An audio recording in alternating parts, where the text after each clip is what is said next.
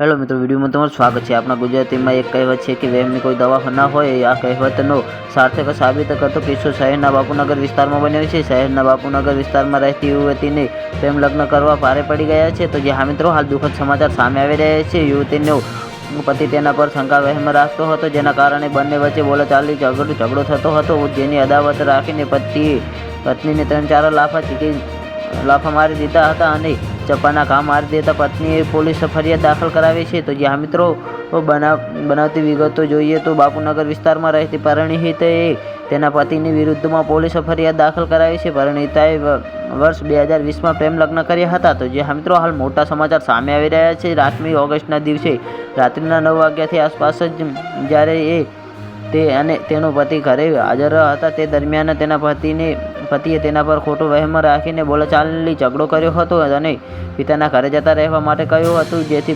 પરિણીતી તેના પિતાના ઘરે જતી રહી હતી। જોકે રાત્રિના 11:30 વાગ્યાથી આસપાસ તેનો પતિ તેને લેવા માટે આવ્યો। પરિણીતી તેના પતિ સાથે આવી ગઈ હતી। તો જ્યાં મિત્રો, અમારો વિડીયો કેવો લાગ્યો અમારી કોમેન્ટ બોક્સમાં જરૂરથી જણાવજો અને ચેનલ પર ન હોય તો ચેનલને સબસ્ક્રાઈબ કરવાનું ના ભૂલતા। તો વિડીયો પૂરો જોવા બદલ તમારો ખૂબ ખૂબ આભાર।